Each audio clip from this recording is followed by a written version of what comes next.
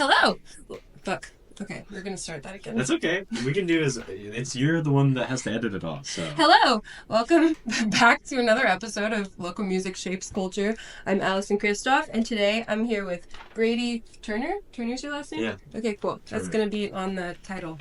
And Brady runs 317 shows here in Indianapolis, and he's like one of the main people that like book shows here, I feel like. But mostly heavier bills. Yeah, mostly heavier, Yeah. but yeah, also emo and indie on occasion. Yeah, on occasion. Yeah, you booked that one grandma show. That was cool. Yeah. And I had, who did I have literally on the 21st of December? I had lots of O's. Great. Can't even think of the name. That was 3 weeks ago, and I can't think of it. Oh, well. Yeah, you book a lot of shows. I would have difficulty remembering, too. 80 shows in 2024. Wow.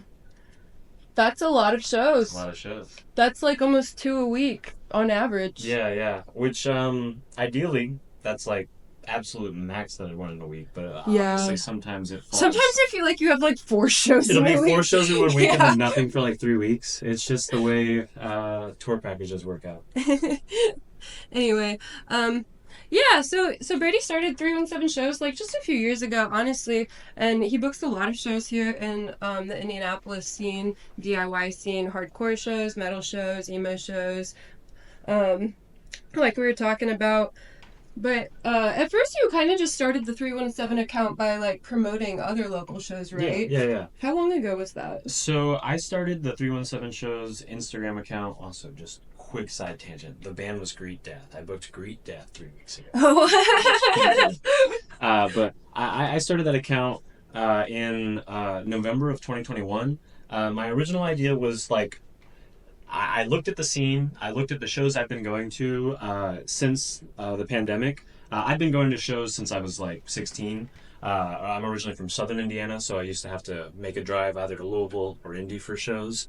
But post-pandemic, 2021, I was going to hardcore shows, I was going to metal shows in Indianapolis, and they kind of sucked. And what I mean by they kind of sucked is a lot of times there'd be really good bills. We didn't have a whole lot of locals, but the locals we had were really good. But there would be like 15 people at the show, 10 people at the show, 20 people at the show. So my idea with 317 shows was I was certainly interested in booking a show at some point, but really I just wanted to have more awareness about the cool shows that were happening in the hopes that that would get more people to go. For sure. So November 2021 started the account, but I didn't book my first show until technically the show happened May 10th, but I booked it in January of 2022. Okay. And how did that go down? Like, how did that land on your plate? Part of it was me reaching out to some bands that I liked. Another factor was my friend Matt, who's in my band Rest Assured. Mm-hmm. He had a little bit of experience booking shows, so I literally went to him and I asked him, hey, how do I book a show? And so he laid out the basics for me. It seems so obvious now, doesn't it? Oh, yeah. not back then. And the thing I've learned is that it's very easy to book a show. It's very hard to book a good show. Yeah, and what's a good show to you? A good show is a show where the bands are happy, the people there are happy, and the venue is happy. So obviously happiness means a lot of different things in that case, but it's balancing those 3 things. Yeah, what does happiness usually mean for each Um, of those groups? A lively crowd, like people are enjoying themselves, Yeah. people are enjoying the performances, they're giving a lot back to the performers, so the performers are also getting that energy up on stage, giving and getting, and then the venue isn't being disrespected, it's not being trashed, the venue's getting their rent or whatever they need, and Yes, that is often a misconception with these punk shows, is that we love trashing venues. yeah, which it has happened. It has happened. Yes, it's accidents happen. Yeah. And drunkenness happens as well. Yes. But in general, that's kind of not a huge issue. Trashing venues I've had like 3 shows ever where that has been a problem. Not with your shows. Yeah, exactly. And I think so I think those are the factors in play to actually make a show really enjoyable for everyone involved. For sure. Yeah, you book a lot of shows at Healer for the most part, don't you? Yeah, I mean, Healer's the coolest venue in Indy. It was also the most receptive to me whenever I first started booking shows. I have a very good relationship with one of the owners. Him and I are friends. We hang out and get lunch, get coffee regularly. Cool. So yeah, that's why Healer's kind of the gym. Yeah, for sure. For sure. It's been a staple in the DIY scene here for years. But you didn't live in Indy like before pandemic. So I've lived in Indy since 2018. Moved here for college. I'm originally from Okay. Washington, Indiana, which is in southern Indiana. Okay, yeah, I haven't heard. I was gonna ask, but I haven't heard of that. But yeah, so I in high school, I was pretty much like the only kid at my high school who like listened to hardcore, listened to metalcore, Really? which I think made for a very interesting path for me because I basically had to find everything myself. My senior year, I knew like one other kid that was into hardcore, so like I would try to get him to come to shows. I don't think he ever did go to a show, How but far was it from Indy? so it was a 2 hour drive to Indy, and because of Wow. where we were, it was also a 2 hour drive to Louisville. So even though it geographically I was a lot closer to Louisville, there was no major road to Louisville. Yeah, So I feel that way about like driving to Holiday World. Like it's not that far, but it takes like 3.5 hours. I exactly, feel like exactly, yeah. there's like no major road. But yeah, so that was my choice. Like as soon as I got my license, I started driving to shows, and so I was like, all right, do I want to drive 2 hours north or 2 hours south, Oh yeah. east? Yeah, I feel like that's like it was kind of Hannah Summers in college, you know. Like I don't know, you know Hannah Summers. Yeah, yeah. Yeah, she like she would like I mean, Ball State obviously there are a few shows in Muncie, but like there are a lot more shows here, and she would like drive here for like shows like multiple times a week. Mm. she's That's she's cool. That's cool. very committed show Yeah, yeah. attendee. I mean, Love that girl. that's how you get involved with the scene. That's how you get to know people and uh, maybe make those friendships that make you want to move or something. You know? For sure, for sure. Yeah, I think she's from here too.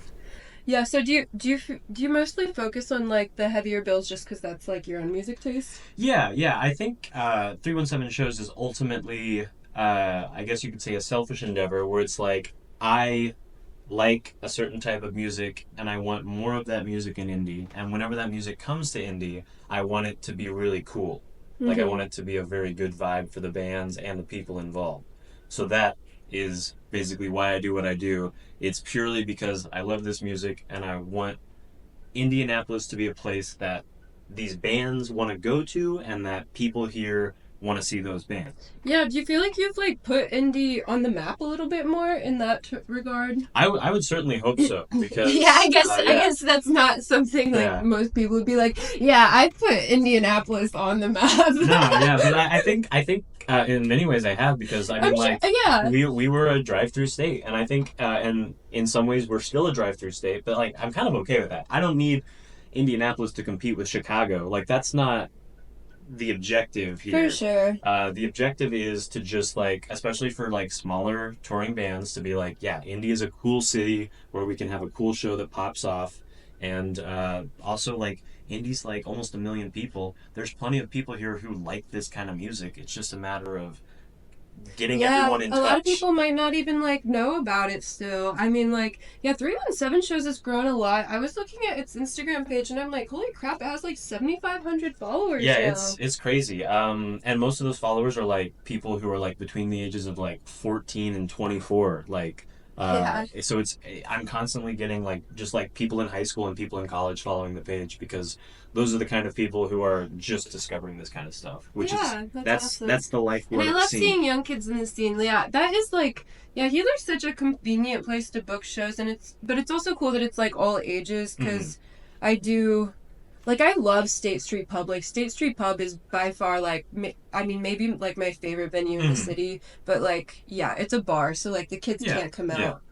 Yeah, and I learned from a very young age or young stage, I mean to say, that all ages is definitely where it's at for what I want to do at least. Yeah. I started booking exclusively all ages and promoting exclusively all ages like summer of 2022, so very early on into doing Uh it. huh. Um, and the main reason for that is people under the age of 21 are the backbone of the hardcore scene, the punk scene, and in many ways, even like the punk and indie scene. Um, I think without those people, things shrivel up and die very I quickly. mean, they bring the enthusiasm, Yeah, right? absolutely. Like who are most of the people moshing, you know? Yeah, yeah, and It's then like it's yeah, not me. I'm gonna be yeah, honest. I'm yeah, scared of getting hurt. yeah. I can't mosh nearly as much as I used to because I've had 2 hip surgeries. So yeah, Yeah, for um, sure. but Can't risk the hip. oh, exactly. But yeah, like with that, it not only can young people mosh a lot more, but they can also go to a lot more shows because they don't have like maybe like a full like 9 to 5 kind of thing, or For maybe just sure. all these adult responsibilities kind of weighing Or them they're just down. able to bounce back much easier. Exactly, I remember when exactly. I was in high school, I could get by with like 2 hours of sleep a night Same, for like same. weeks. Yeah, yeah, yeah, yeah. So I there's it's a lot of factors, but at the end of the day, this is a type of music that thrives on the energy provided by young people, and a lot of those young people are the ones making the music right now in the scene. Oh yeah. Yeah, there's a lot of younger bands. I love seeing them pop up. Yeah, yeah, and we have probably more than ever right now, which is very For cool to sure, it see. means that like people are coming out and like getting excited about Yeah, it, you know. absolutely. Yeah, yeah, I love seeing the kids do cool new stuff because a lot of times like just what they're doing like feels like so not driven by ego or anything. They're just like, hell yeah, I'm gonna do it, and they make like some crazy ass band that I never would have thought of, you know. Exactly, exactly. I think a band like Gooseflesh is a great example of that, where it's just people coming together and being like, "Hey, let's make some music that we want to make," and they end up making something kind of weird, kind of new and different because they don't have all these like preconceived notions of like what's cool and like what hardcore needs to sound like or like what metalcore needs to sound like. For sure. So yeah, yeah, I think that's really cool. Yeah.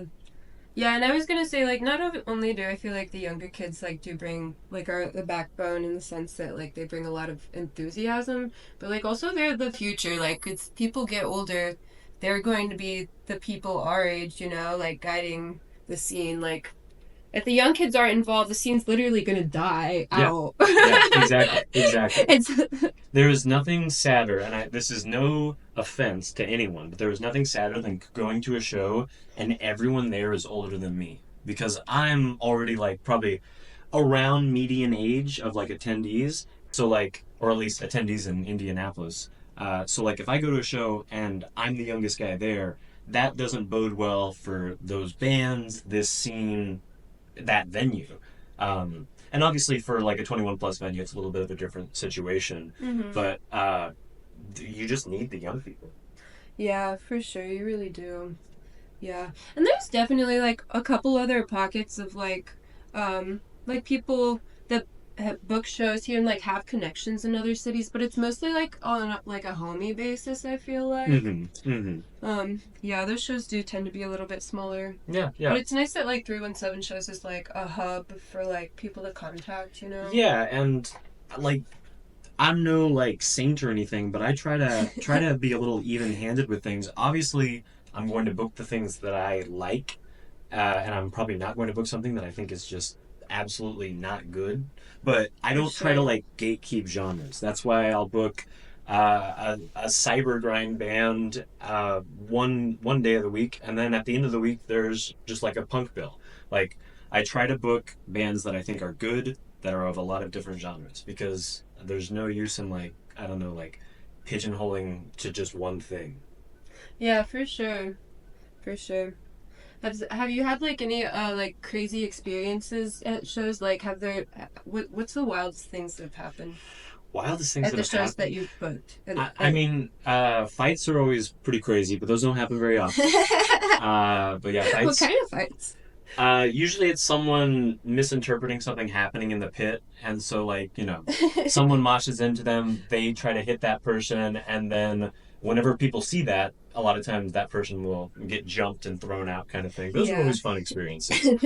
Other than that, I've seen some really cool things from bands. Like the first band that pops to mind, there's like a mathcore band called, or metalcore, mathcore, whatever you want to call it. Missouri Executive Order 44.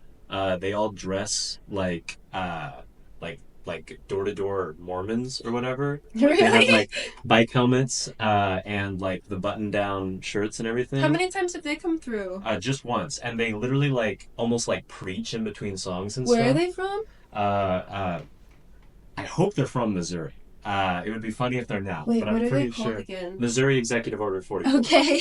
So funny enough, That's got the hilarious. sticker right here, but Wow. they're named Represent. after like the law that like banned Mormons from Missouri, like back in like the 1800s. Uh-huh. Yeah. But yeah, they were wild. Like it was truly like one of those experiences where you're just like watching with your mouth open kind of thing. That's crazy. That sounds cool. How like okay, let's talk about your band Rest Assured Okay. a little bit. How did that start happening? Have you like always kind of wanted to front a band or like how did that Yeah, I mean, since I was like before I even knew what hardcore was, like as a little kid, I was really into the idea of like singing in a band kind of thing. So the idea of fronting a band was definitely something I wanted to do. Is everything good? Yes, I was just making yeah, it's fine. Excellent. Sorry. Sorry to get off track. Oh no, you're fine. Um, but yeah, so I've always wanted to front a band. Basically, whenever I first started booking shows, I basically started rounding up people I knew, like friends and acquaintances, and being like, "Hey, would you want to start a band?" Matt was the first person I went to, the guy who kind of showed me how to book a show. He's in a band called Dirt Merchant from Indy, which is one of the Oh yeah, uh, yeah. at this point, it's one of the oldest hardcore bands in Indy, which isn't saying much. They Just that pop like up and go out, you yeah, know. yeah. They're like maybe 5 years old, probably not even that old as a band. But I reached out to Matt. I was like, hey, would you want to do a new band? And he basically Was this said, like after you started booking shows? yeah, this was early 2022. So like right after I started. This would have been maybe like March or April of 2022. I came up to him. Actually, we went through a walk through the park, and I was basically like, hey, do you want to start a band? He was like, well, yeah, I have some ideas, but like it would need to be something like really grimy and like negative. And I was like, I can work with that. And I What do you mean knew by negative? negative in the I guess kind of tone and messaging of the band. Okay. And I knew a guy named Tommy who could play drums and wanted to be in a band, so that's how we got Tommy. And at that point, it was kind of a three-piece sort of thing. We were going to have some jam sessions together, try to figure out the rest of the lineup later. Mm-hmm. And then my friend Logan, long story short, basically found out we were starting a band, and he was just like, he basically invited himself to a practice, so that's how he joined the band. Which is a That's cool. good way to join a band. Just be there, and then you're in the band. They can't stop you. I Yeah. guess. And then Garrett was the last member to join, which he's sort of now. He and our friend Colin Fedorchak are kind of alternating bassists right now, just Mm-hmm. because Garrett can't give his full time to the band, so they go back and forth with who's Mm-hmm. playing bass for us. But yeah, that's how the band started, and it's really cool that. With the exception of maybe Garrett, I didn't know him prior to the band, but it was just three people that I was already good friends with. So it's been a really Awesome. good group. Yeah, those are the best kinds of bands sometimes, you know. Yeah, It's yeah. just like hanging out with your friends. Is there anywhere specific you would like to see Rest Assured going? Like in the I next year, like a year from now or anything? really I want us to just continue as a band. I don't have like super like high aspirations like oh my god I want us to go on like a world tour or something, but like I would love to play like the PNW. I would love to play like the East Coast proper. um Yeah, so I'm pretty just like sure. touring Yeah, yeah, aspirations. definitely touring. And we're in the very early stages of working on an LP. So Oh, like cool. that's a goal for us for like maybe the start of 2026 kind of thing, Mm-hmm. to put out an actual full length. Um, Aside from that, uh, yeah, really we just want to tour more. We want to play with more people. We want to tour with bands that we like. We just want to like enjoy the experience. Yeah, I want to get on touring more too. I haven't really done it much. Kaya Hair is like as many as long as it's been around, they've never really like done any sort of tour. Which is interesting because like I feel like you guys could definitely do it. We definitely could. Just no one's really put in the effort, and we've had some band changeover. Yeah, that's true. That's true. But Person that started it's no longer in it. that's true. I feel like a lot of the people who have left Kaya, maybe not everyone, but have gone on to start other awesome bands. So that's at least a good thing. That's true. You're like pollinating the scene. That's true. Yeah, I love Kaya Hair. Although in the transcript, like the yeah, when it like generates auto captions and stuff, never Kaya Never gets Hara's any Kayahara. Never Kaya gets. Hara's never anything close. It'll be like Kalahara. That makes sense. That makes sense. There's a brand new band in the scene called Tresion, something like that, and Uh-huh. I I'm Still sure no, that'll be a similar thing, and I still still no haven't learned to figured out say how it to, yet. I'll get yeah. there eventually, but with Yeah. Kayahara, people still say it wrong, so it's just a matter of getting used to it. Yeah, Kalajira. Kalajira, so silly. Ka- Kayahara. That happened with senescence too, though. Scene science and scene Oh scene. yeah, I remember like at one point I think their bio was like not seen. Yeah, yeah, yeah.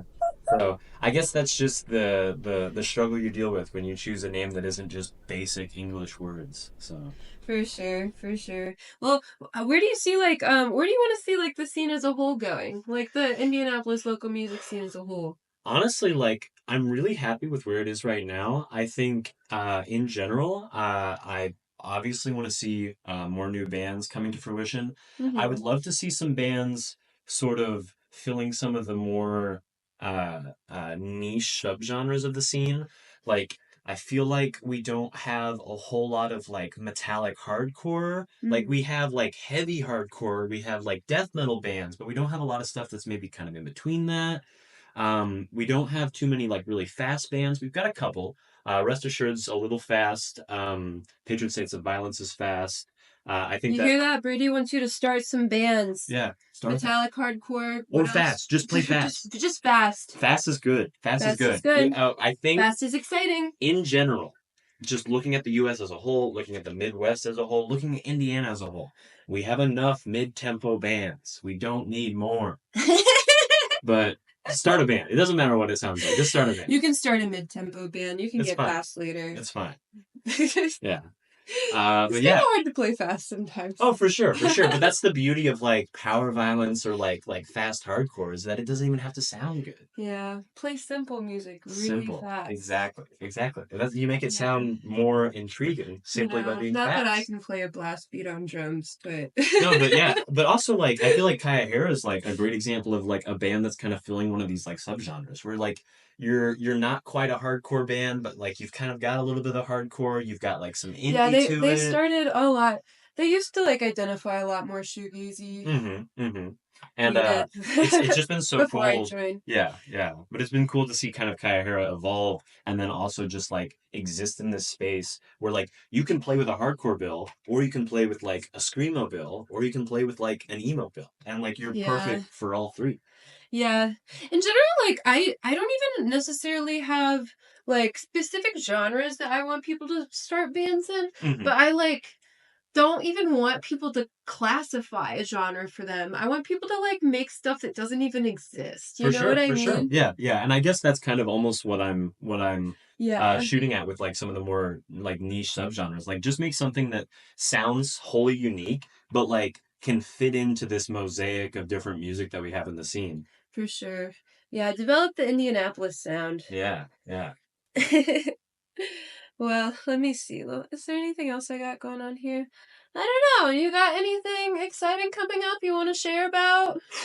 Man, there's a lot of stuff on the Any sneak calendar. peeks? This always happens, I think, at the first of the year. I'm currently booking into like late April, early May. Yeah. I even have like one show in like late May and a show in like June. So like the calendar's filling up really quick for the first half of the year.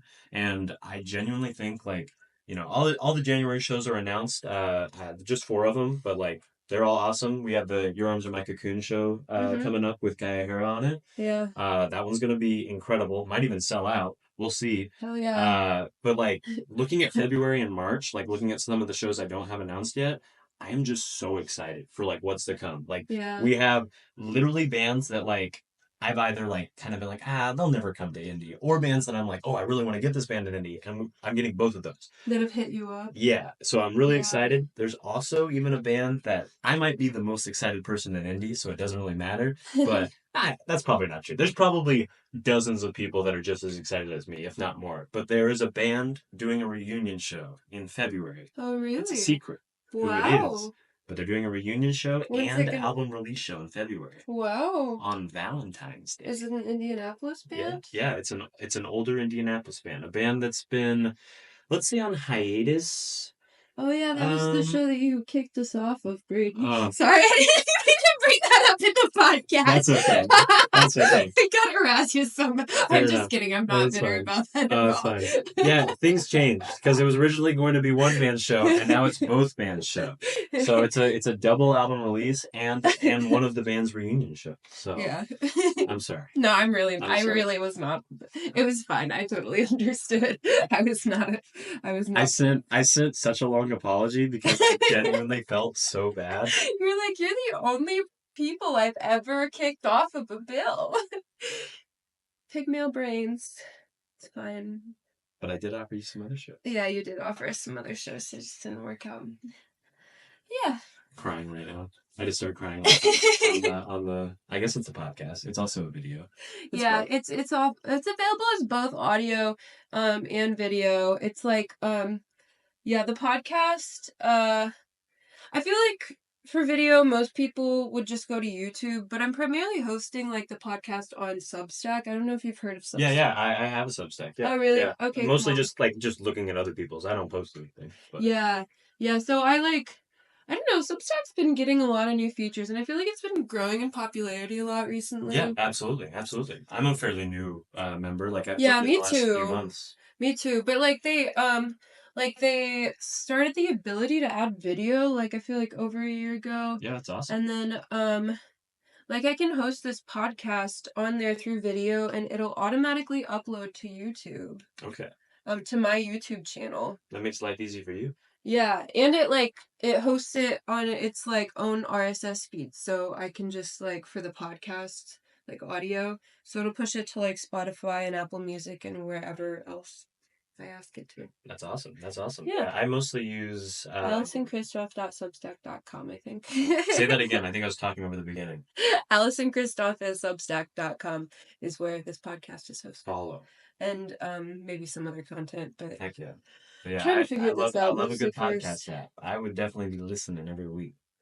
Yeah. So Yeah. I watched the first podcast on YouTube, but if there was the one with Devin. yeah, yeah. I actually had two more before that. That was just me. I don't intend for these like only to be interviews, Okay. but the interviews are interesting, and I want to do a lot For sure, of them. for sure. Okay. Yeah. I'm figuring it out as I go. Mixed format.